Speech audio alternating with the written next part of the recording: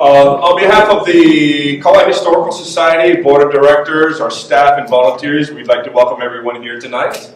Tonight we have with us, I'm Randy Wickman, the president. We have Dr. John Lidgate here with us. We have Linda Warner also here with us. This is our Board of Directors. Marie Fifield is also here with us tonight. We have a very special evening here. Special treat tonight. We're going to have Holbrook Goodale do the introductions of Mike Ashman, so Uncle Hobie.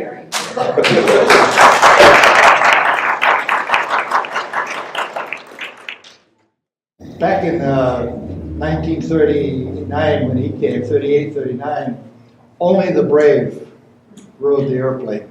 There was an 8-seater Zelkovsky and an amphibian. In Kona, they landed in the water, and over here, they landed where the front nine of Wailua is. Well, Mike came on the boat, and it soon spread. Who's that good-looking Howley kid? And then he finally opened up KTUH, the first radio station in Kauai. And only one for many years.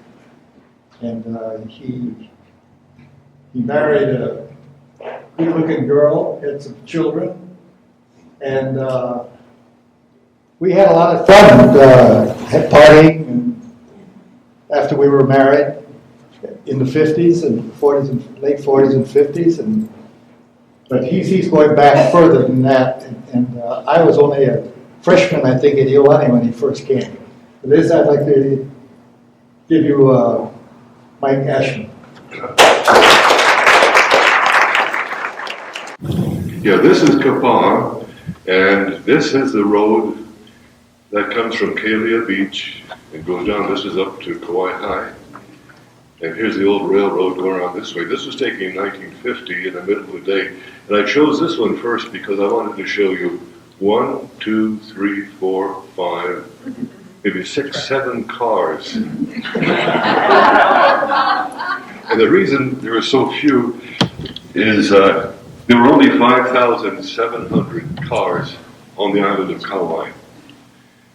That was in 1940. The last time I checked in the year 2000, there were 57,000, just to double the population. Population was 33,000, and then it's now about 60-something. So you double the population, you have 10 times the number of cars. And what makes this dumb county resolution that requires every single car on the island must be driven through Kaua at least once every day. That's once in each direction. And nobody ever breaks that law.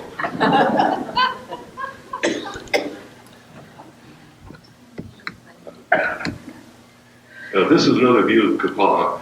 The cannery is here. It was Hawaiian canneries. There was another one up on the hill called the Up Cannery. This is Pono brand pineapple, and that's the Pono Kai Resort there. But I wanted to show you back here is a pineapple field, and there is a harvester, and this was the summertime when people were harvesting, and it had that most delicious smell when you went through here. The towns along the county road either smelled like sugar cane or pineapple. It was the most delicious smell. And this is the reason I came to Kauai. KTOH was the first station on Kauai. It was the fourth in all the territory of Hawaii. There were 2 on Oahu, KGU and KGMB, and 1 in Hilo, KHBC, and none on Maui. Now this is the corner of Jack Carter's property on Apakini Road. Some of the building is still there. I think they're still using the bathroom. It's back here someplace. It was a small operation. We had a full-time staff of 5 people, a station manager, a chief engineer, 2 engineer announcers, I was one of them, and a young lady who did all of the paperwork. Everything that had to be done for the radio station, this one person did it. She was Lorraine Fountain, who was the daughter of Eva Fountain, a grammar school teacher, and her father was Eddie Fountain, a sergeant with the police department. At this time, everything had to be done live. They hadn't invented a tape recorder yet. So all we could do was play phonograph records and talk. So we would cover just about everything that moved on the island. We'd cover the sports events, barefoot football, AJA baseball, wrestling, boxing. We'd cover church. We'd go to the carnival, talk to people. We'd go to people's houses and talk with them. We had parties and shows. There's one broadcast I still remember. It was a horse race at Wailua.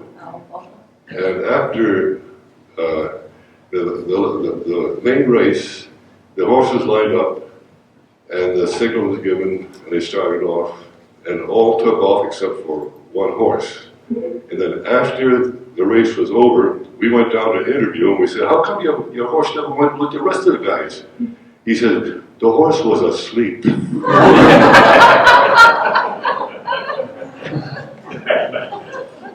And this is, anybody know his name?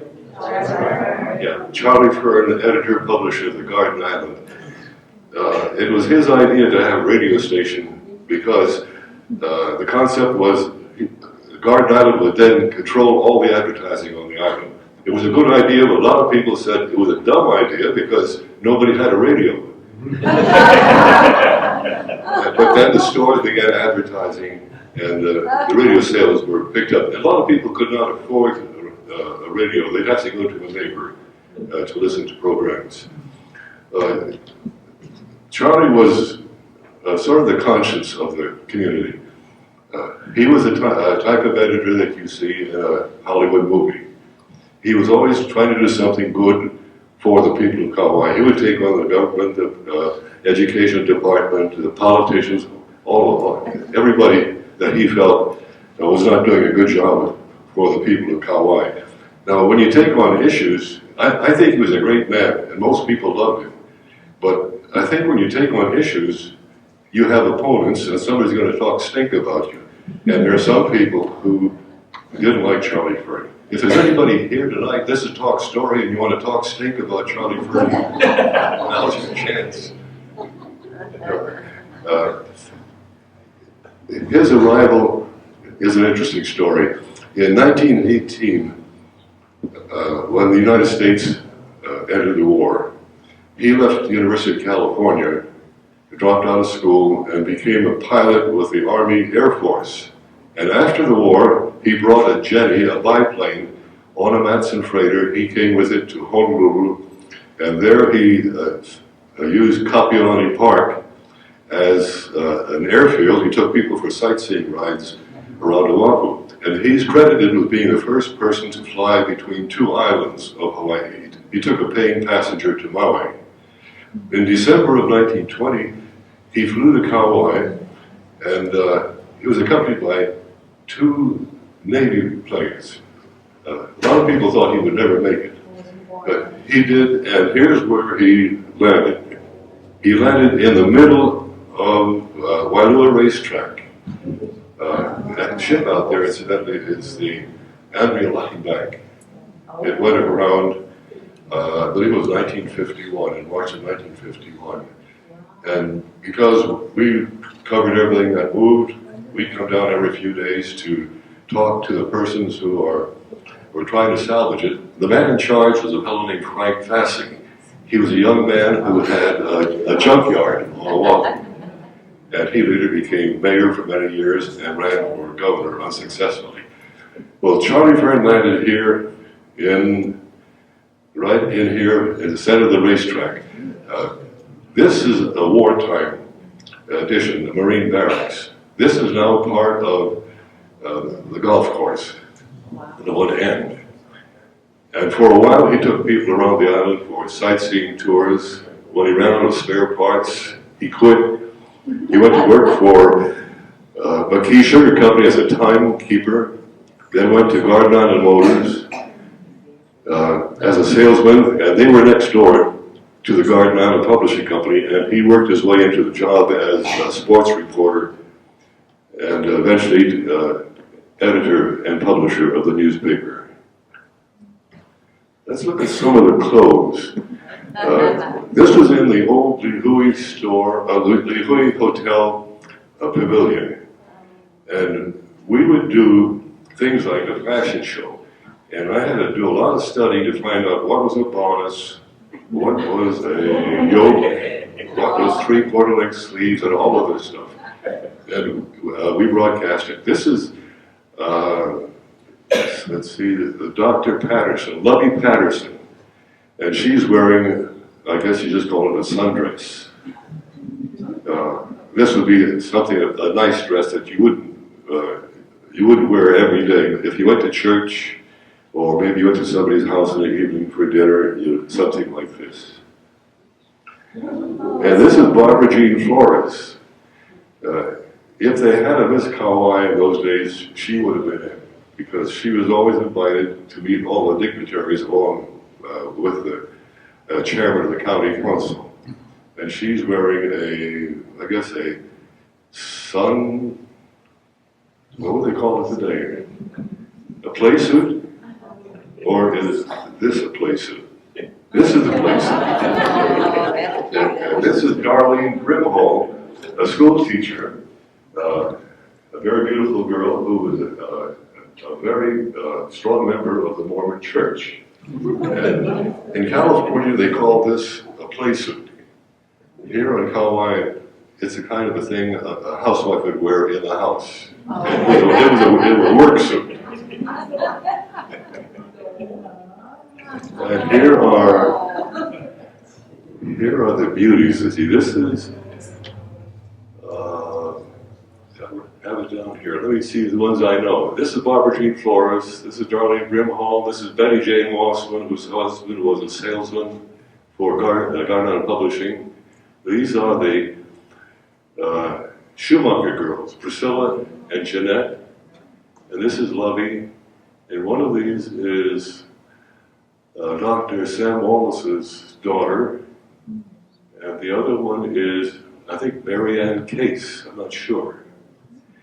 The Schumacher sisters' father was somewhat of a hero when the war started. He was the engineer for the county, the highway engineer. And Charlie Fern, among his many duties, was in charge of disaster committee before the war. And they made the plans for everything that might happen if war would come to Hawaii. They had like a food committee. The plantation managers got together and they set aside a certain amount of land on which they would grow foodstuffs so that the people would be self-sufficient in fruit and vegetables during the war. And they were after a couple of months of the wartime. He also set up a committee for first aid and medical care in case of an invasion. And there were 10 stations around the island. There was 2 doctors, 2 nurses, a number of orderlies. And when the time came, they would report to the stations. Well, the Schumacher girls' father was Fred Schumacher, in charge of the highways. When December 7th arrived, that evening, every evening from then on, no lights could be shown on the island. Your house had to be blacked out. You couldn't drive anywhere at all. You had to have at least one room and a bathroom that was completely blacked out. And the cars that were eligible to drive after sunset or after dark had their taillights painted black and their headlights painted black. And then in the center of the headlight was a circle, but that was painted blue. The idea was not to show light.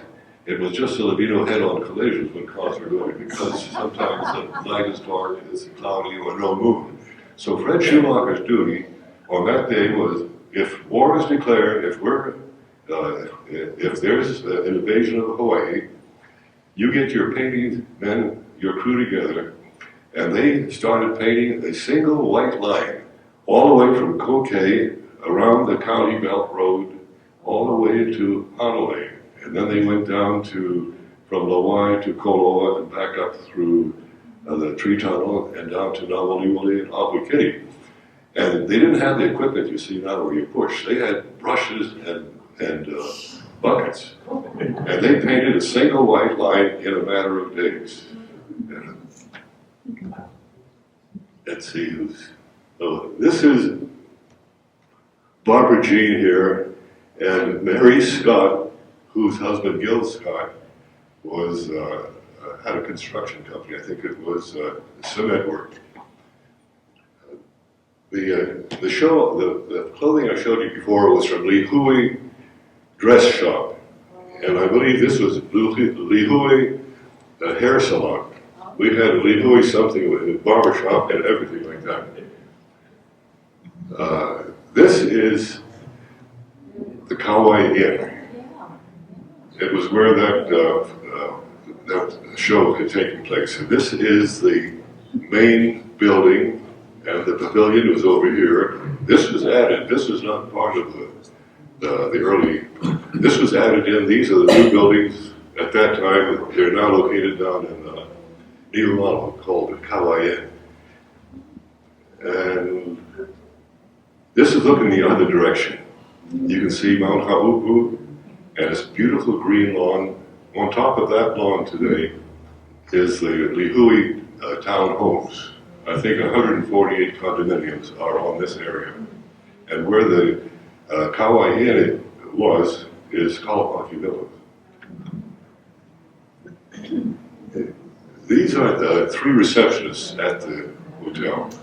And that's Priscilla and Viola Lemon, and that's Evelyn Fernandez, three of the girls in the front desk. And these are the girls who are in the dining room. I'm going to have to read these names to you. That's Betty Fuji, who was the supervisor of the dining room. And the girls in the front row are Carmen Salantes, Helen Shiraki, Rose Panis, Catherine Bushikin, who married Matsuyama, and Susie Yoshioka. That's all in the front. They may be still living here in Li Hui. And the back row is Yoshiku Haitsuka, Sophie Akita, Gladys Suzuki, whose married name is Yoshioka, Buddy Goodwin, and Amy Nagao. Buddy Goodwin came from Waimea. Her sister is Althea, who is with the Technology Museum. And this is a picture of Waimea, a very common one. Oh, wow. There's the jail. I mean, there's the bank. Jail and the stores. I understand last December you folks had a very heavy rainstorm and you had a lot of damage. Yeah. Well, this happened not once a year, sometimes twice a year, because the Army engineers had not yet put up those walls alongside the river, Waimea and Hanapepe. So whenever there was a very heavy rainstorm up in Waialeale, the two rivers would overflow sometimes, at Waimea, also Honolulu. And this was a common sight. It happened over and over again. In 1940, 1 week after station KTOH went on the air, there was a low pressure area that settled on top of Kauai. And between sunrise and sunset that day, 25.43 inches of rain was required in one of the weekends. That's sunrise to sunset. Between 5 a.m. and 11 a.m., I think it was 6 inches, and between 11 and 12 o'clock, 3 inches of rain. And so this is the way Li Hui was, the water drained off, but normally only the little tiny stream overflowed, the tree floated down, and a house floated down. The railroad bridge collapsed. In Kapaya, the water came over the road and pushed a car down into the valley. In Kapa'a, it looked exactly like this because Kapa'a is flat and so is the Wailuo by the golf course. And it was like this all day long and all night long. And this is Mike Fern, the one on the left. And Mike was a very very special individual. He's one that everybody liked him, but he was strange. He had thick glasses. Anybody want to? Somebody say bingo? Want to talk about my friend? Yeah, he had big glasses. He grunted rather than spoke. He was shy in most situations. He didn't start up a conversation, but he would join in if it's something he was interested in. And he was a genius, the only genius I've ever met. His mother told me when he was a toddler, she'd read him a child's book, and if she didn't read it exactly the same way, he would correct her. And the teacher said he did the same thing in school. He'd correct them, and he's always right. And one teacher told me that while she was teaching the students about Dick and Jane, see Dick run, see Jane laugh, he was reading Time magazine as but in his head was an unlimited gigabyte hard drive. Everything that he saw, smelled, heard, tasted, felt was registered permanently on that hard drive, and we could retrieve it anytime we wanted to. We Googled him. That's what both the newspaper and the radio used him for information. One time I called him, I was doing a story about Kaua, and I said, Mike, what was the production, sugar production at Kaua in a year? It was about 5 years before that. And he said, which field? Sometime ask Hobie. Hobie has a good story too. I don't have time to tell it here. But there's a chapter in my book about Mike Ferd, and it has a very nice ending. We introduce him to a lady of the night. This is at some of the Garden Island publishing employees. This is Shimoi Mukai, and this is Ray Sasaki and his wife Diane. I've forgotten her name, but Ray was the happy camper of the Garden Island. He was a photographer. He was also a licensed engineer, so he spent part-time on KTOH. And is it Dennis Fujimoto, I think is the name of the photographer today. He uses the pseudonym Happy Camper. Well, Ray had a request program in the afternoon. And for his name, he took Juan, which was a good Filipino name, and he took the name Guy, Juan Guy, and for his middle name, he chose Pilau. So we get all this Juan Pilau Guy. And this is, it slipped my mind right now, Clara Aoki, whose husband was Cap Aoki, very prominent, and that is, I guess it's Clara's birthday. And here is the Garden Island staff. Here's Marlo Hardy, who was a reporter. He was the only reporter, except for Charlie Fern and Mike Fern. As Curie Hirota, who's a shop foreman, and he was from the Hirota family, the famous AJA baseball players. This is Sumi Hiraki and Takeshi Gokon. He operated a comptometer. He was the bookkeeper. He did all the paperwork. One day, Mike Fern did all his figuring in his head. And one day when the boss was gone, we got together and we set up a contest between Takeshi and Mike Fern. We made a list of numbers. There were 3 digits per number and maybe about 10 numbers down. And Takeshi added it up on the comptometer and Mike in his head. And when they finished, they were about the same. And when I asked Mike about it, he said something about you rounding off and add and all this. I never understood it. This is me, this is Haruki and Clara, and I can't believe I did that. That wasn't like me at all. I was more of a Sunday school teacher. The devil. This is John Ueno. He was one of the boys in the back. And he worked his way from the back to the front and became the publisher of the newspaper. He's still here, and that's his wife, Diane. This is Mac Morinaka, and what's that? This is Tutsi Miyake, and the sports editor, I can't think of his name. Let me tell you folks how a newspaper was published as compared. You'll probably work with computers, and you can just type everything and control print, and it prints. At that time, in 1940 and into 1950, when Mike Fern or Charlie Fern or Barlow Hardy would write a story, they come in and start typing. And because of the manual typewriter, you can't correct easily. So if they made a mistake, they just continue. If it was a misspelling, they just continue. So when they're finished, they would take a pencil and you had a piece of paper with all this text and all this pencil marks, and then it went to Mac Muranaka. He was the linotype operator. The linotype was really a contraption.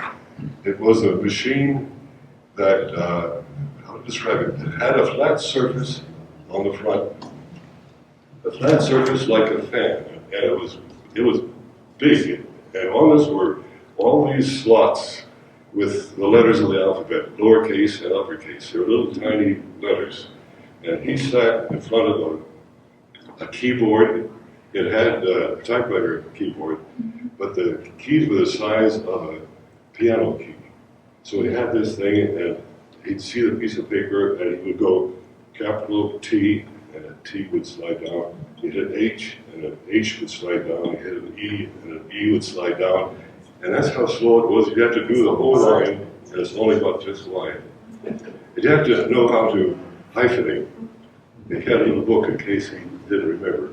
But that little section of type went over to the side, and slowly dipped into a pot of hot lead.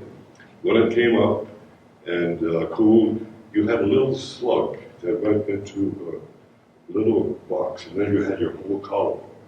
And that's how, so the whole newspaper was one letter at a time and one line at a time. So this was moved over to a large table where the three boys worked. And they tied some string around it to hold it so it wouldn't go and fall apart. Then they make out the page. It's a form, and they put these articles in the paper of the form and take the string off. For a photograph, you bring in the photograph, you take it to one room, you make a negative, you take it to another place, and you make a tin or a lead sheet with the photo on it. You have to put a screen over it. If you look at the old newspapers, you see little tiny dots. That's the screen.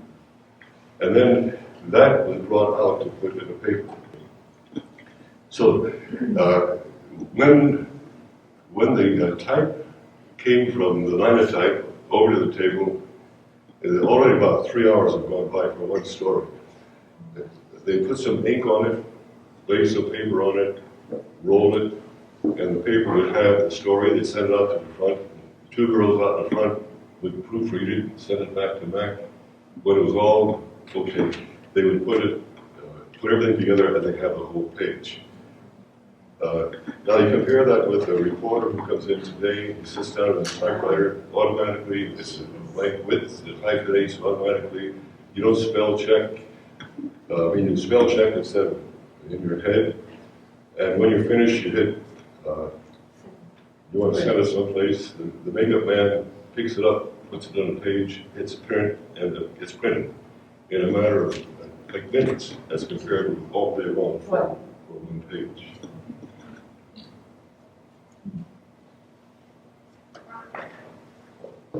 Among the things that KTOH did was we did a lot of shows all over the place. This was in the Hui store upstairs. It was a Hui store radio party. Leona Kayapi was at the piano, and here the women would come in the daytime. We'd sing songs, we'd interview, whatever we could think of with the ladies there. Among them, we would have contests. Can you imagine tuning in at home to hear balloon popping. Maybe an instant replay.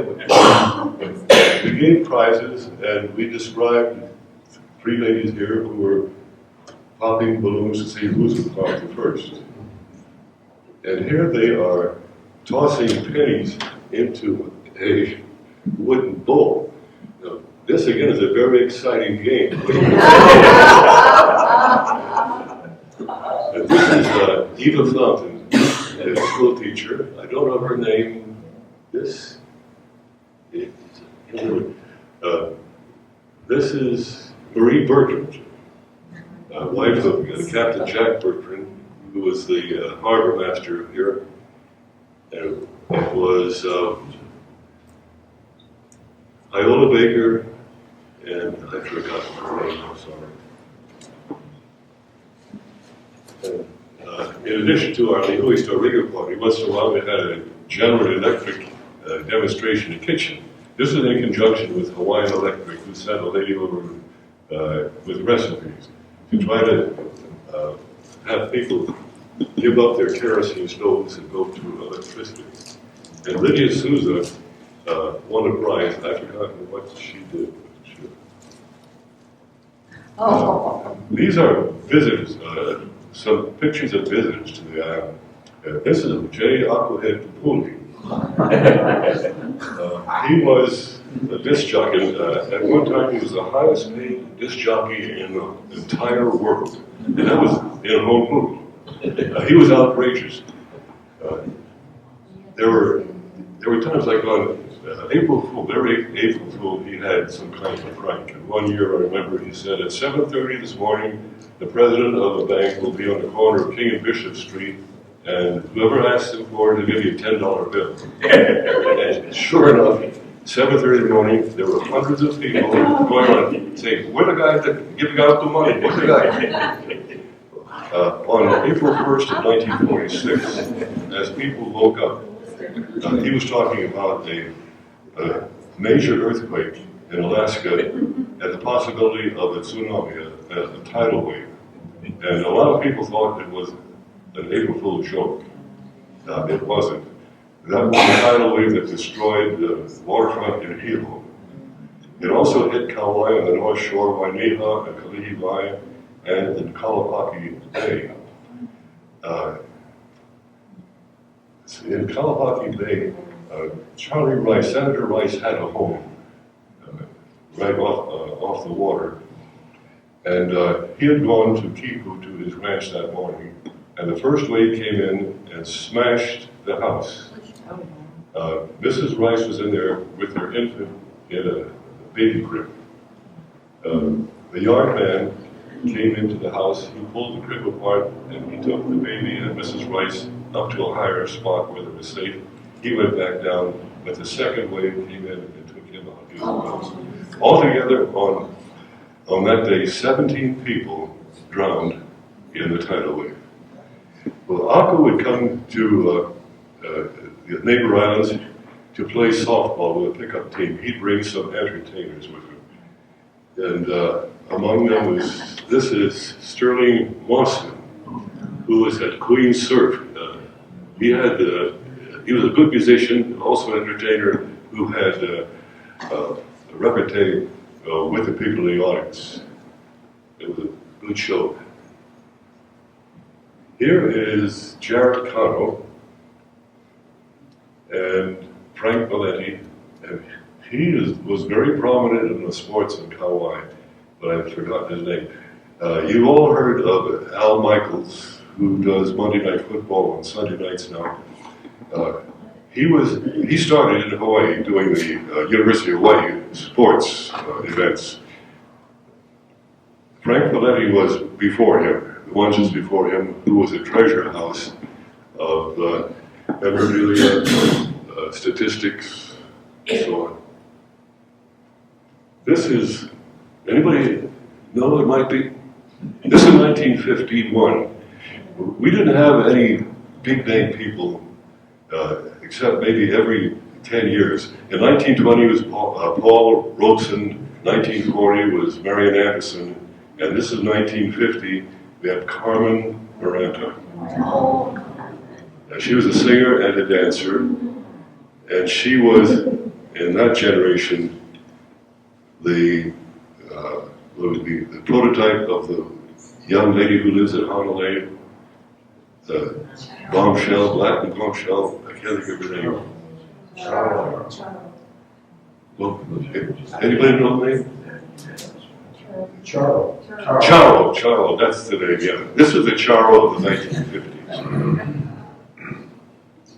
And this is Rikoron. She was, at that time, the #1 Hollywood movie star. I mean, Tokyo movie star. And she put on a little show here for the Japanese public. Anybody recognize him? It's a movie star. Anybody know his name? That's Jimmy Stewart. He came with his wife, Gloria, in 1951 to spend his honeymoon at the Kaua. And here is Esther Williams and her husband, Ben Gage, Charlie Fern, and someone I don't know. They came to film Pagan Love Song. This is Rita Moreno and G.M. Shack, who was a bookkeeper at Hawaiian Canneries, and George Kondo, who operated George's Soda Works, where they made the cream soda that we all drink at Luang's. And Rita Moreno was just 17 years old. And she is the only person living who has the 4 major awards of she has an Oscar for Hollywood, an Emmy for TV, what is the one for New York Stage, and she also has the Alma for Outstanding Minority Entertainer. And here is Howard Keel, who went on to all kinds of fame. He was on Dallas, I think, for 10 years. This is G.M. Shack and George Kondo. This is Rita Moreno and Charlie Mahub. They were the housekeepers who went with Howard Keel to bargain for daily supplies from the Chinese merchant in the movie. And as part of the movie, in that scene, they had people walking back and forth just to have motion. Cy Meyer was a French military officer, I was a police officer, and this is Eric Knudsen. Eric Knudsen, for those who don't know, was born in Mana. His grandfather was the last president of Norway when it was part of Denmark. And he studied along the mainland. He practiced in Massachusetts, but came home. And he held just about every position you could in the legislature and in the county council. And he's also noted for his teller of tales.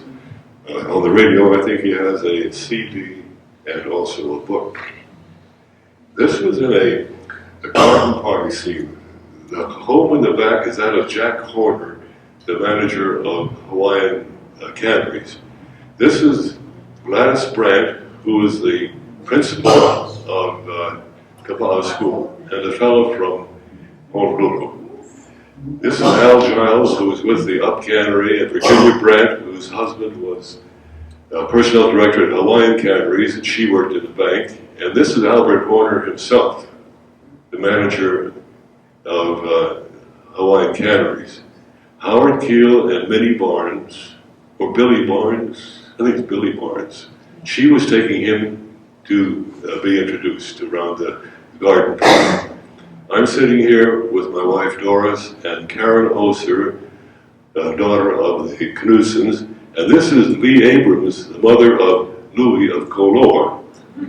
And we all earned $10 a day. No matter how many scenes you're in, you were paid $10. She was paid $35 because when Howard Keel came to be introduced to her, she gave him the up and down and very sensuously said, "Why, hello."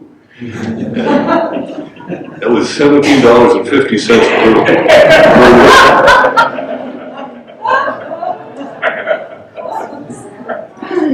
one of the the things Charlie Fern was interested in was bringing some class to the island. This was a group, like an arts council. I think they were setting up for a play, put on a play of their own. And I don't know his name, but this is Barlow Hardy, and I can't see him. This is Bruce Wickman as a little boy. And Lillian Daly, who lives down on Ini. This is Dave Silver of the Plantation. And Dwight Mossman. Dwight Mossman was a salesman in Garden Island. Walter Ehlers was the YMCA director. And Sidelines Korohoka was a feature writer for the Garden Island. They were planning some kind of a big Hollywood or New York production. This is Henry Ty Hook. One of the things Charlie Fern did was to arrange for a group of 50 travel agents to come over in about 1950. He was a one-man tourist bureau. They had none at that time. So he worked with ASTA, the American Society of Travel Agents, to bring over 50 travel agents to Kauai. And they did 3 days. They did everything that anybody would want to do, any visitor would want to do. And Henry Ty Hook was showing how to pound the poi. Henry Ty Hook was sort of unofficial mayor of Honolulu. He was the head of the Public Works Department. And so whenever anything went wrong, you went to Henry Ty Hook, and they called him the mayor.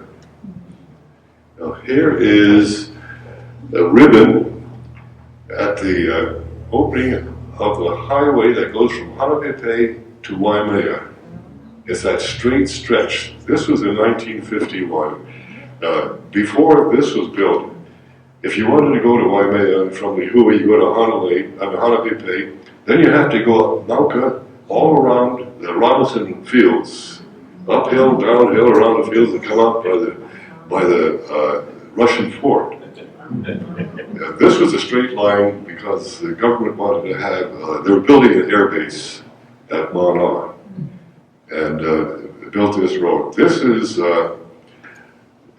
Robert N. Belt, who was the territorial highway engineer.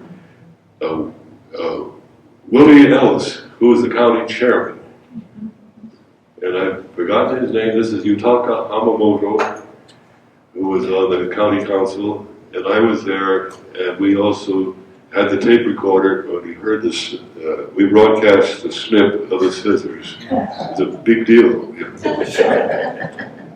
This is Charlie Fern and William Alexander, Grove Farm plantation manager. Bill Alexander was being interviewed on the day that they opened the tunnel through to the Koloa side, from Puhi to Koloa. At one time, all of the sugar cane hauler trucks used to go on the main road, on the county road. And that would leave a lot of mud. Sometimes the sugar cane would fall off, and they drove very, very slow. And besides, those big trucks, their license was dependent on weight. So the plantations got smart, and they built roads inside the plantations so they could go from anywhere in the plantation to the mill. But there was a problem getting from Puhi to Koloa, so a tunnel was built through the mountain, through Haupu. And on the day this was broadcast, it was discovered that they dug from both sides, and when they came to the center, they were just a half an inch off, without any GPS. And just before the war, KTOH and the Garden Island received some kind of reward from this gentleman. This is Arthur Chung, the colonel with the National Guard, the chairman Willie Ellis, Charlie Fern, me, and LaSalle Shoji, who was a recruiter for the Army. This is I think it's the 75th birthday of Eric Knudsen. And there's Dr. Sam Wallace. And here's Al Duval, who was up in Coquet. He was some kind of a land management up there, and Charlotte Duval. And there's Dick Patterson, who was a son of Dr. Ashman, and he was a liquor inspector that got in trouble. This, I can't remember now. Anybody recognize him? Could that be G.P. Wilcox? Does it look like it? Anyway, this is a big celebration for Eric Canusa's 75th birthday. I threw this in at the last minute. I haven't looked at it myself, but I recognize this guy here. Anybody know him? That's Hobie.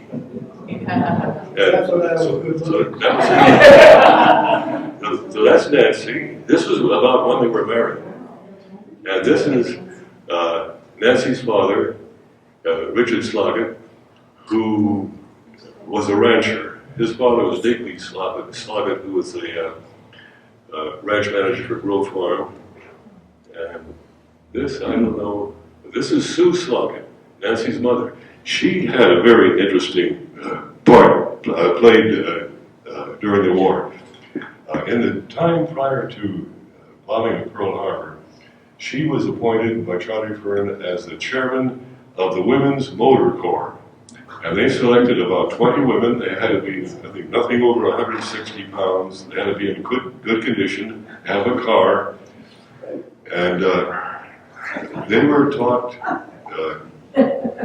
first aid and triage in case of emergency. They also went through a motor mechanics course in case there was any kind of a problem with the car they were driving. And it was their duty, if the war ever came, that they would handle all of the messages for civil defense, because they didn't have any other transportation or communication. And the Army had their own communications, but civil defense had only KTOH and the Women's Corps.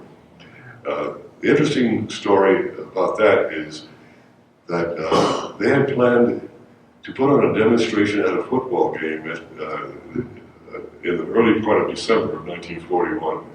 It was a game to be played by St. Louis College or prep school on Oahu. They were the champions of Oahu. They were coming to Kauai to play and pick up a team and play an Army team. And they played on Saturday. Excuse me. The women were putting on a demonstration. And they had their uniforms. And they came at halftime on Saturday, December 6th. And they put on a demonstration. They carried people on. They had to be trained how to carry stretchers without letting people fall off. So at the football game, they did all of these demonstrations, and the game was over. They went home. And those who didn't launder their uniform that night would have to put on a dirty uniform, because Sunday morning, very early, they all had a report. Pearl Harbor was bombed, and they started their service in a civil defense. And one of these guys is the president of General Motors. Which one, Hobie? This one or this one? I think that one. Anyway, one of them is. That one's got. Oh, this is a Jack. They called it Red Curtis. Yeah. That's Jack's wife. I can't remember. This was I think this was probably on March 3rd. It was the Girls' Day.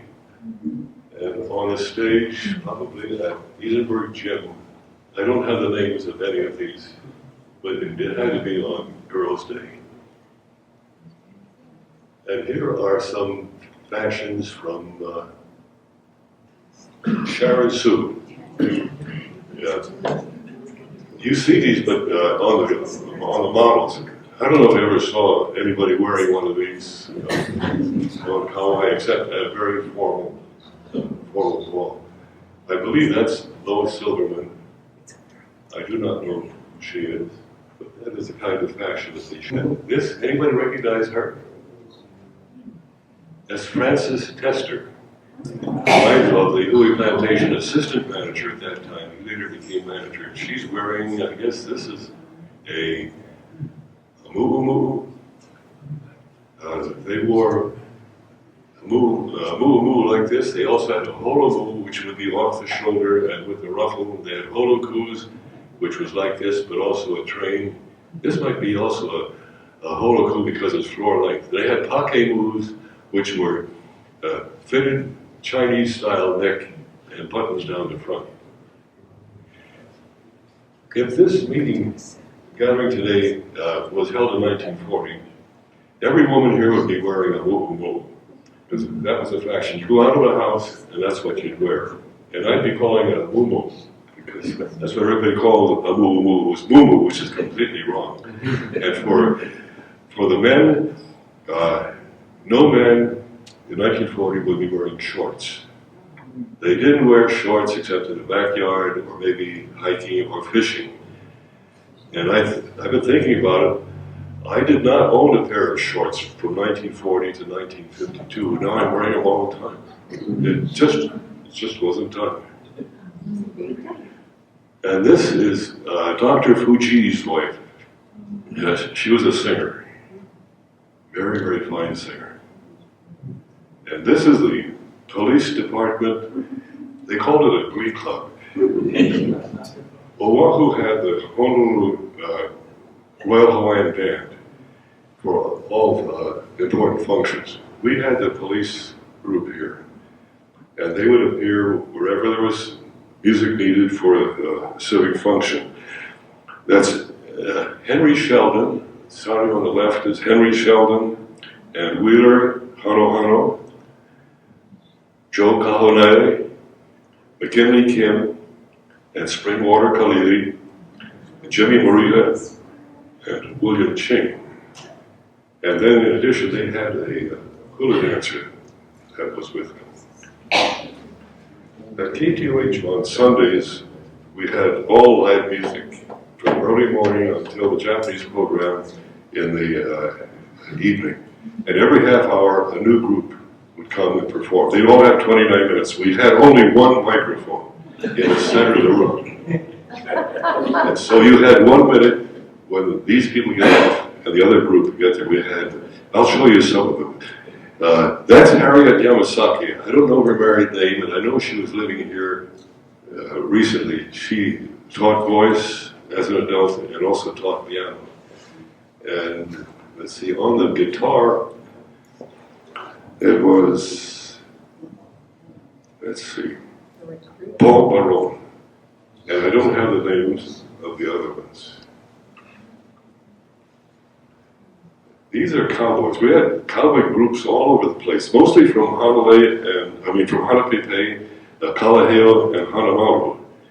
And I spoke to a Portuguese man at one time, and he said he thought all Portuguese boys thought they were born cowboy. If they ever get a job as a paniolo, then they get guitar, and then they go riding on the range. And that's what these guys were doing.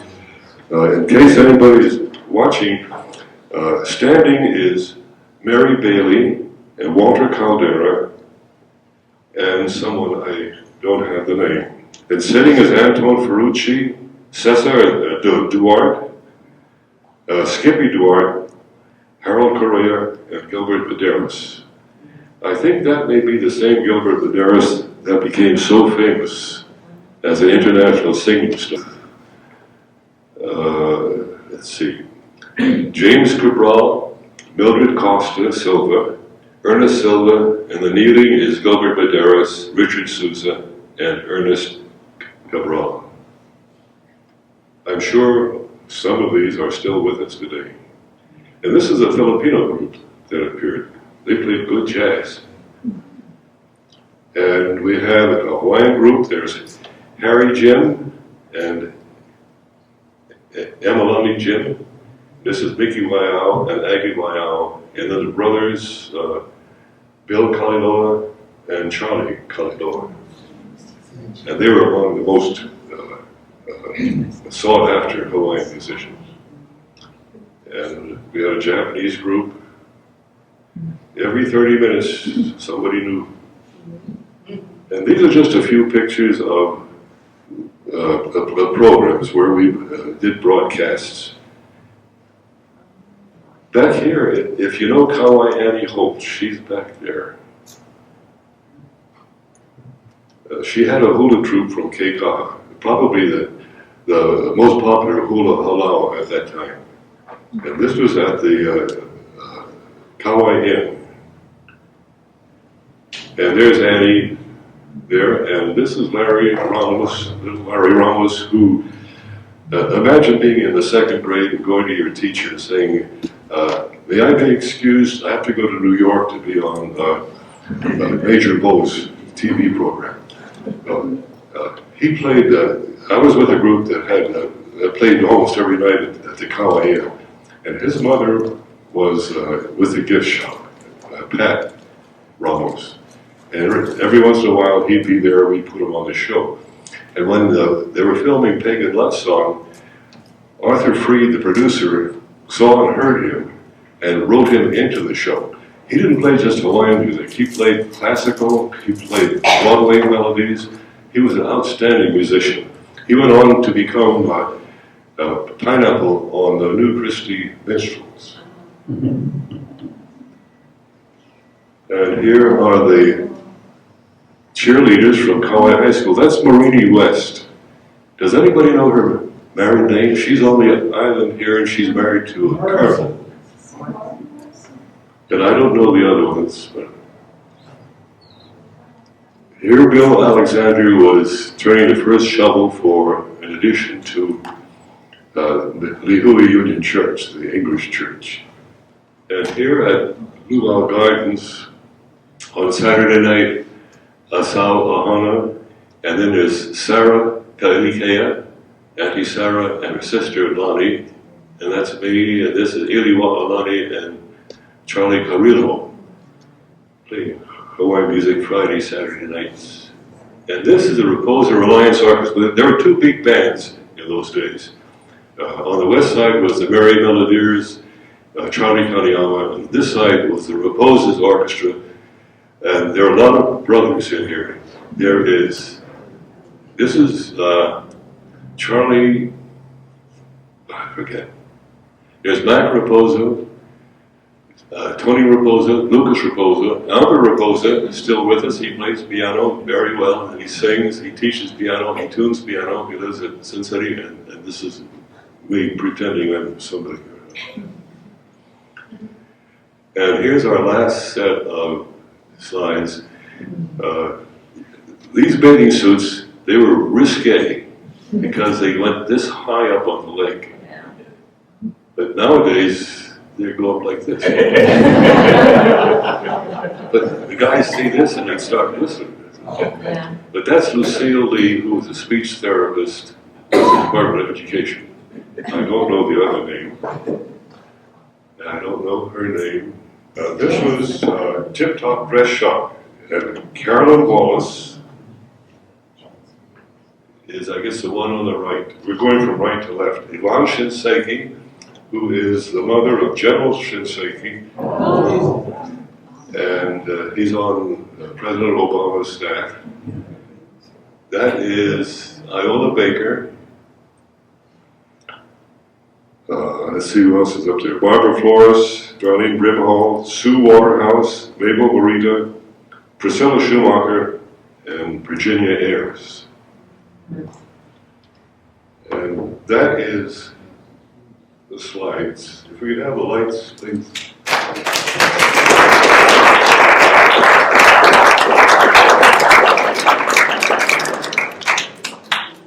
I'll be glad to answer questions. I'd like to answer one that was asked a little while ago. I was asked, what is the biggest difference? What is the main difference between Kauai today and in 1940? And the first answer is very easy.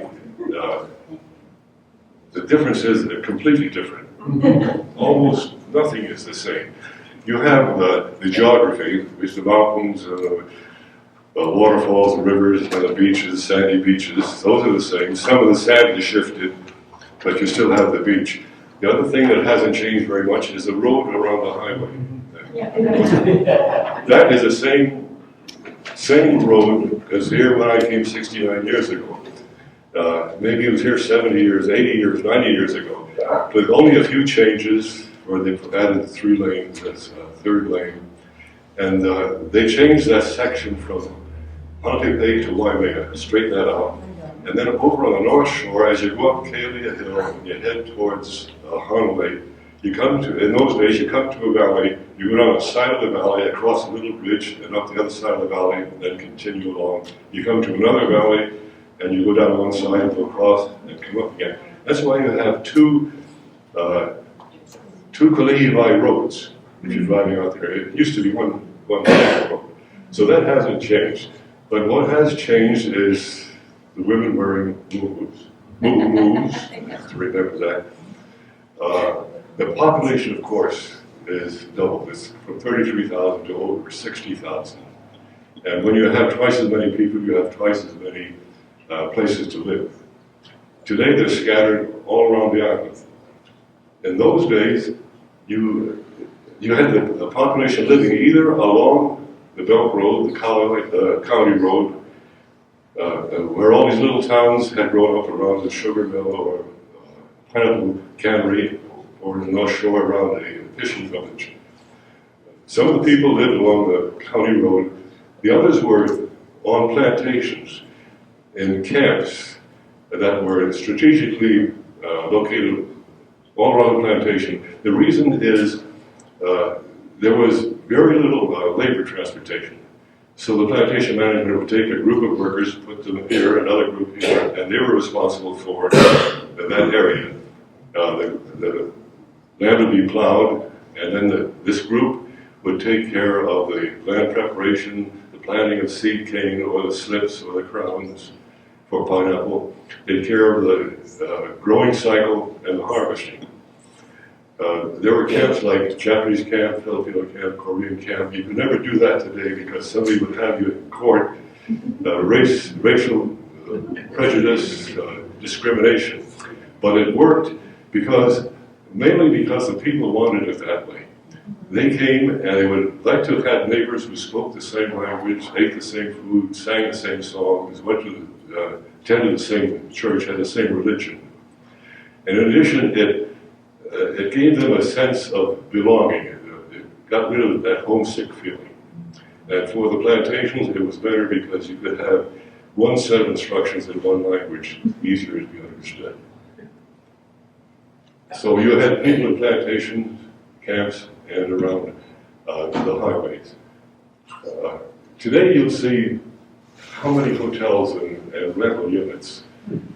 I checked with the Visitors Bureau yesterday. On Kauai, there are more than 2,500 hotel rooms. And in addition to that, you have all your other rental units, your vacation rental units, and when you add them all together, there's over 9,000 places for visitors to stay on this island today. Back in 1940, there were 30 hotel rooms. There were 10 at the Kubi down in Nawawiwohi, and that was used.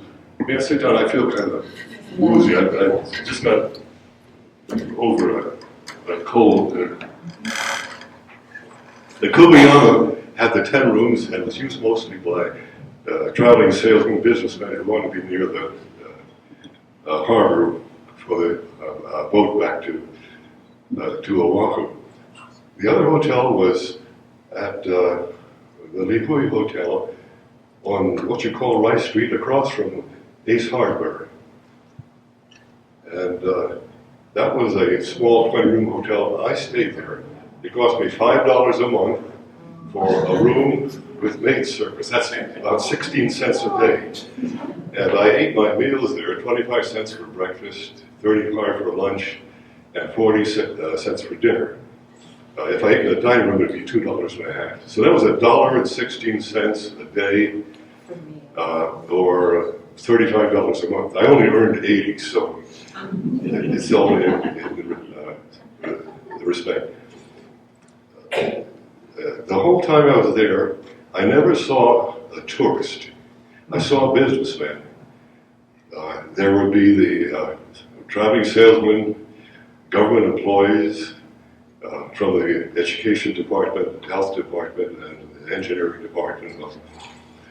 I never saw anybody that I would call a tourist, because the tourists all stopped at Waikiki. And the big reason is that the transportation is so poor to come to Kauai.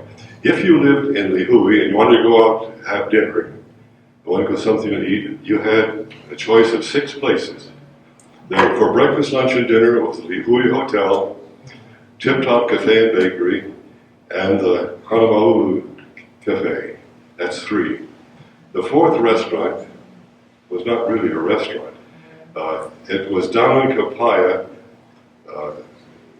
where there's I think a Kaua wood store. It was a little shack, and the fellow who cooked Chinese food was Tom Soy. He was a little shriveled up 90-year-old man who cooked delicious food.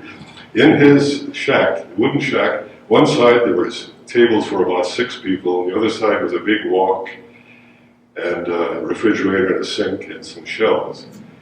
And he had the most delicious Chinese food you can imagine. There's all kinds of good Chinese food. I've eaten Chinese food in 87 countries, but his was so different. I wish I knew what it was he put inside. But maybe because I don't know what's inside. But that was number 4. Number 5 was Oda, a sweet shop by Lihue, and the sign used to still be up on the store. They served, it was a ice cream parlor or a soda fountain. That's 5. And they were here when I arrived. The new one, they may have been here 10, 20 years before that. The new one was Barbecue Inn on Press Street. That was in 1939. And when I wanted to save money, I would go up to the Barbecue Inn for 5 cents. I would get a big, steaming, savory bowl of salmon for 5 cents, for just a nickel. Well, that's one way to save money. The other reason that the fellows went up there was because of the waitress. Ann Akiyama was a Hollywood-type beauty. She was a beautiful girl, but nobody ever got fresh with her because her boyfriend was Yasu Yasutake. He was a territorial boxing champ. And she married Yasu, and they lived in Kaua. Well, I was thinking one day, about 15 years ago, did I ever tip Ann for a bowl of salmon? Would I have put a penny on the table, and would she gratefully have picked it up and put it in her apron? So I called her, and she said she couldn't remember ever being tipped. Then I thought about it. There were no taxis. There were no bellboys. I had a haircut from the mama-san who had her barbershop between Tip Top Cafe and Senda's studio. And it was either 15 or 20 cents. And I don't think I tipped her either. So that'd be a big difference between now and 1940. It's that extra 10, 15, 20% that you keep adding on to so many things. The transportation, if I say people came by ship and by air, you say, great, what's the difference? Well, the difference is they came twice a week, both of them. The ship was a SS Waialeale. It was built in 1928. A little bit bigger than a ferry boat. It was one of the fleet of Inter-Island Steam Navigation Company that started in 1883. The Waialeale was built very much like a ferry boat because it wasn't deep in the water. And so if you came from Oahu to Kauai, you spent 9 hours going like this, or like this, and when you got off, you'd say, I'll never do that again. There were staterooms on it. There were 2 for triples for 3 people, and 2 that were doubles. You paid $7 for a triple and $9 or $10 for a double, but you had to share. So no more than 10 people at a time could leave in the stateroom. Other people who went would pay a couple of dollars and sleep on the deck. Now for air transportation, there was a Zelkovsky, a seaplane that carried 16 passengers. And I have to tell you, I never saw one land, I never saw one take off, I never talked to anybody who flew between Kauai and Oahu in those days. One of the reasons is the cost. It was $27 for one way, and plantation laborer earned $26 to $28 a month, so it'd take a whole month's pay to get to Honolulu. It would take about 3 weeks' pay for me to go to Oahu and back. So there wasn't that much transportation, maybe 20 people per week on the ship and 32 people per week on by air at the most. Now, communication. If I say Kauai was isolated, I mean not partly isolated or somewhat isolated, they were really isolated. There was a newspaper, Garnata News, published once a week, and it carried only news of Kauai. Once in a while, Charlie Fern would make some mention in his editorial of something happening elsewhere, but otherwise, you were limited to Kauai news. And he was very smart. He said if you put a person's name in the paper, whether he was a boss or a worker, the guy would buy the paper. So the paper was just full of names. They had stringers of all accounts. Everything that happened, the stringers were paid by the inch. And that was his reporters. I have to make a correction. If you received or saw that little card promoting this with Barbara G. Flores, I said on there that the Garden Island cost $5 for a one-year subscription. I was wrong, very wrong.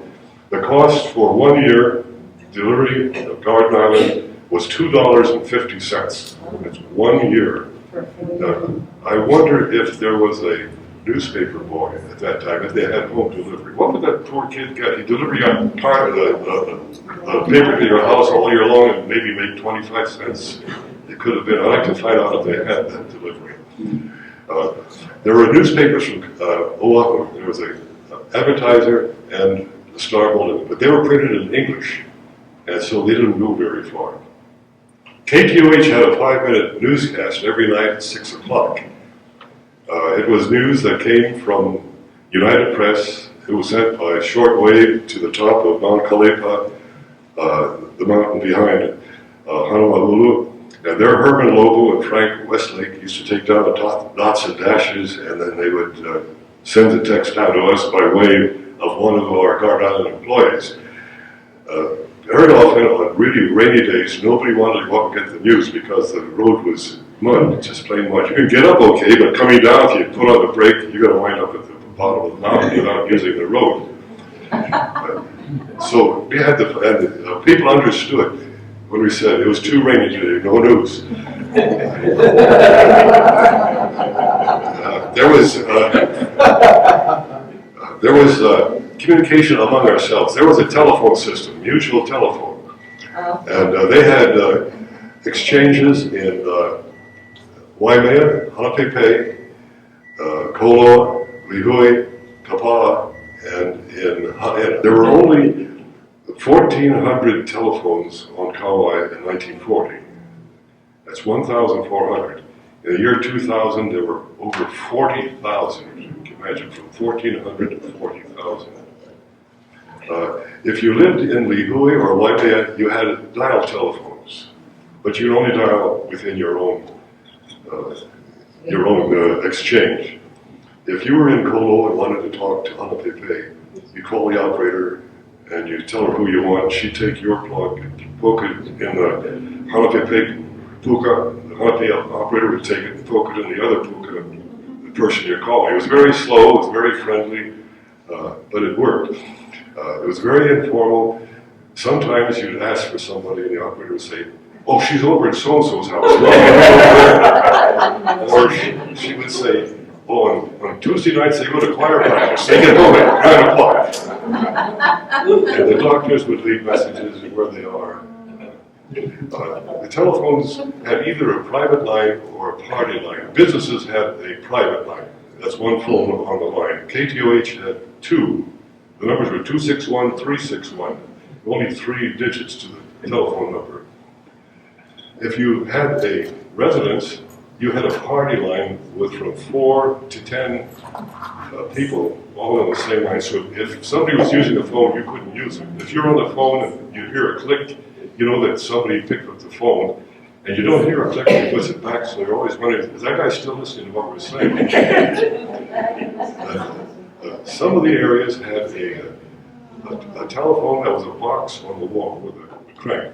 We had one at the end of the line in Poipu. We lived across from Dr. Brennick. And we were number 12 on the line. And this telephone line ran from Kaua down to Kaua Landing, and then down the old road down to Dr. Brennick's house. And there was Hector Moyer was one phone, and Elsie and Mabel Wilcox had one going towards the end. The Knuses had one on the beach side. Nobody else lived between there. At the very end was Douglas Baldwin, who was with the Lawai Pineapple Cannery. And Elsie and Mabel had theirs. The Wilcox nurses had a cottage, and there's Dr. Brennick, and then we lived across from him. And if I wanted to make a phone call, I would go up and ring, ring, ring, ring, ring, and everybody who had a phone on that line, the phone would ring. It was very loud. It wasn't a soft sound. It was very, very loud. And coming the other directions, the operator would have a specific number of rings. Like, if your number was 2, she'd ring 2 short times. If it was 5, it's one long one. Ours was 12, so we had one long one for 5, one long one for 10, and then 11, 12. And everybody on the whole line, at every house, they had to stop what they're doing to count the rings to see if the phone call was and they could always pick up the phone and say, who's calling Ashman house? The only other telephone was one up at Mount Kalepa. If you wanted to talk to somebody away from Kauai, you'd have to go up on the mountain and talk like short wave. It wasn't scrambled, so when you talked, anybody who had a shortwave radio could hear what you were saying. And there were some people on Kauai who had shortwave radios, and they would leave it tuned all day long just to see if anybody talks on the phone. Well, in 1934, Dr. Sam Wallace arrived on the island. And during the Lihui plantation physician. And in the years that followed, he fell in love with Dora Rice. They got married in the early part of 1940. Well, in 1939, Dora was on Oahu, and Dr. Sam was on Kauai. And so every night at 7 o'clock, he would go up and talk to Dora. They had their courtship. But down in the rest of the island, those who had shortwave radios discovered this, and so the friends and neighbors came over, and they sat around in a circle. KQH hadn't come yet, and they would listen to this soap opera, courtship of Dora and Dr. Sam. I don't know if anybody has told them, but I'll bet that somebody at some time told them about that. Politics. We've been here since Sunday. We'll be here next Sunday. Politics is also interesting. We had Republicans and Democrats in 1940 and at the present time. The present time, you have a pendulum swings between the two parties. In 1940, it was Republican Party all the way up to World War II.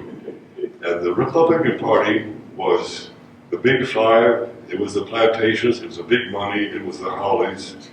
They controlled it. And you wonder, how did they keep getting elected when they turn out every election was over 90%?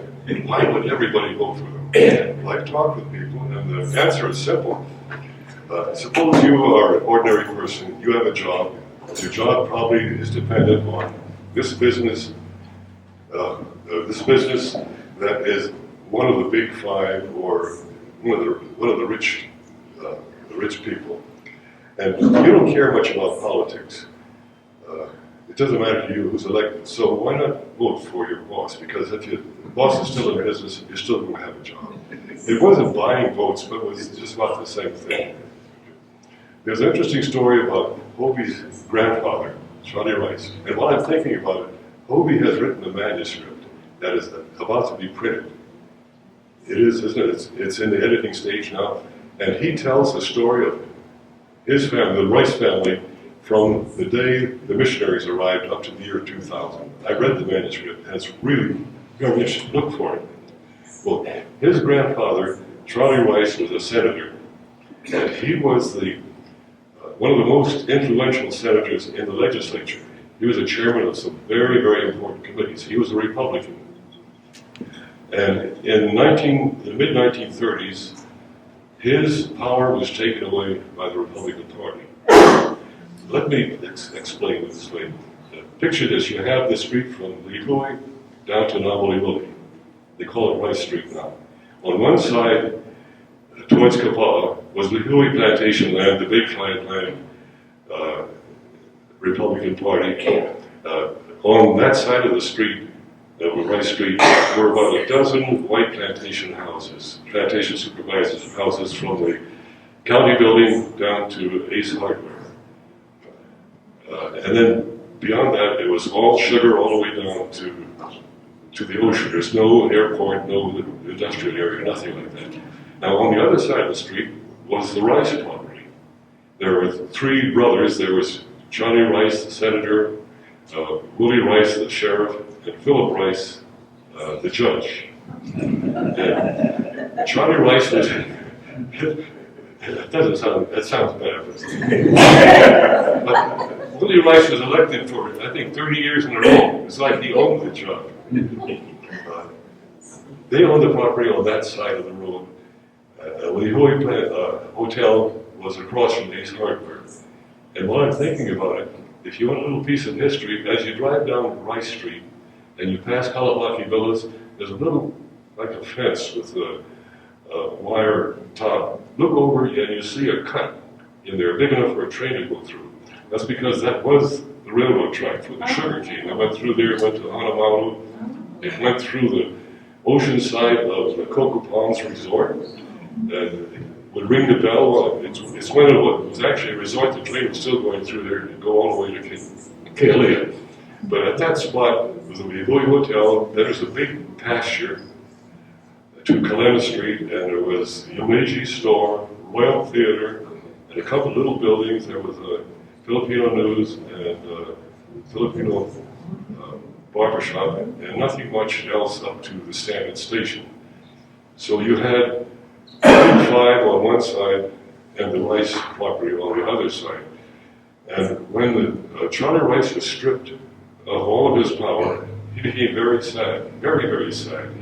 And he was looking for some way to add some joy to his life. And he got this idea. In the center of Lihue was Lihue store. In 1940, it had been there for 90 years already. And very little competition. Next door was Manhattan that had building supplies. They had a Firestone store with appliances, things like this. And then the two markets were Yuneji, down by the Royal Theater, and Yukibora's by Lihue Theater. Otherwise, no competition.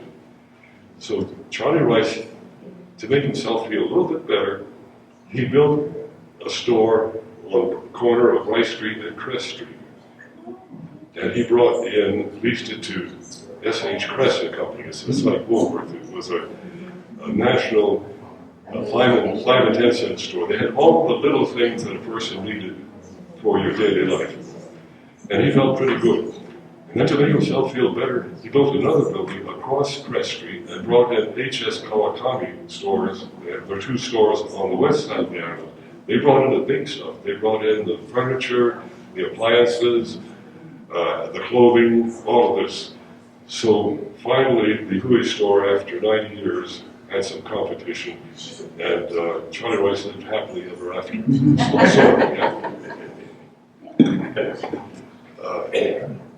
Yeah. Let me get the microphone. The Kawakamis and the Barbecue Inn are the two originals that are still there. Yeah. The rest have all changed hands. Yeah, they've changed names from time to time, but those two stores are still there, and so is Barbecue Inn. There's one little thing that bothers me that's changed, and that's the pronunciation of some Hawaiian words. We're in Lihue here, and I hear an awful lot of lahuis. People are saying lahui instead of Lihue, and Kauai was pronounced that way only by the Hawaiian-speaking people back in 1940. It was always Kauai from us and everybody at that time. We always went we love to go for lunch or dinner to the Hanamalu Cafe. Now it's Hanamalu, that's the right way, that's fine. The John O'Connor family lived over in Kalihi-Vai in 1940. Today they live in Kalihi-Wai, and that's so what. The story about Wanini and Anini is interesting. The story as told in 1940 is that the son of the Princeville plantation manager was out hunting one day. And he's on his horse with his dogs. They came to the sign that said Wanini, and just for fun he took a pot shot and knocked the W off. And nobody ever put the W back. And even now today on your government maps it says Wanini. Well, I can't verify that that actually happened, but that's the story that they told. And there's one other thing that bothers me. It's a difference that is major. I tried to search for a word to describe the atmosphere in which we lived. And that word, the closest is the word respect. People in 1940 had an awful lot of respect for each other. The Hawaiian people, in their culture, the young people respected the elders. And grace. They respected other people's property, and they respected authority. And then this big migration came from Asia. And these were people who are relationship-oriented. They are very careful in their interpersonal relationships. They want to be very polite. Saving face and losing face is very important. And they brought with them this feeling to Kaua. And so here your children, in general, there are always exceptions, but your children respected elders, sons and daughters respected their parents, and people respected other people's property, and they respected authority. Now, let's look at today. When I'm back home on the mainland, every morning I turn on the computer, and first thing I do is look at the Garden Island News on the internet. I read the news stories, the obituaries, and when I get to the letters to the editor, sometimes it's like the battle of the ninja warriors. As people are at each other's throat the way they write to each other. It's like a couple of sword fighters who are sparring, and each one is trying to nick the other one to make him bleed. I'm not saying that's bad or that it's wrong. I believe that free speech is essential to America. And I believe there should be a thorough discussion of all important issues. What I'm saying tonight is that this did not exist in 1940. Let me give you one more example, and this one hurts me. In 1940, there was the county jail, same location as your correctional facility today. It was a small building, and sometimes it was empty. Can you imagine jail being empty today? A lot of people called it Montgomery Hotel. The jailer's name was Kale Montgomery. And in the morning, if the weather was nice, he'd unlock the cells, and he would lock the front door, and the prisoners could go outside and do whatever they wanted. Many times he drove by, you would see one or two prisoners who were sitting on a bench against the building. And I remember in 1940, the first time I drove across, I went to my family and said, you know what I saw at the jail today? I saw a prisoner outside chasing a chicken. You would often see a prisoner standing out in the road, quite a distance from the jail, and looking at the things that are going by. And if they hadn't invented shakas yet, but if shakas had been in existence at that time, you could drive by the jail and see this prisoner out there waving shakas at cars as they go by. In 1940, there were 170 people booked into the jail. That's about one every 2 days. The population doubled up to the year 2000. That 140, wait for this, the 140 exceeded 900. From 140 to 900, only double the population. What happened? What did we do wrong? Where is the respect that we've had to other people? Where's the respect for other people's property, with respect for authority? It's gone. And I have no idea how it could ever be reversed. If anybody tries good luck. Life, in summary, life was very simple. People worked 6 days a week. They worked very, very hard. If they had any fun, it probably was on Saturday night when they go to a carnival or to a movie or to a dance at the gym or to a bone dance or some other community activity. On Sunday it was church, and then they did the chores left over from the previous week and got ready for the next 6 days. So life was simple. Life was very slow. Picture this, you have a theater in Lihue, movies every night, and Saturday, Sunday matinees. People walk from Hanamaulu to Lihue, from Ahukini, from Nawaliwali, all the way from Niumanu, all the way from Kipu to the movie and walk back home again. And we jockey around the parking lot to find the slot that's closest to the front door of the store. It was slow on the plantation where most of the work was done by hand. There was very little mechanization. It was slow in the business offices. You had a typewriter that was a manual typewriter. And for a calculator, you had a machine, you punched in the numbers, you pulled down the handle, and you waited for it to go back up again before you could put in the next numbers. That's how slow it was. And at home, you had kerosene stoves, you did the laundry by hand or with a washboard.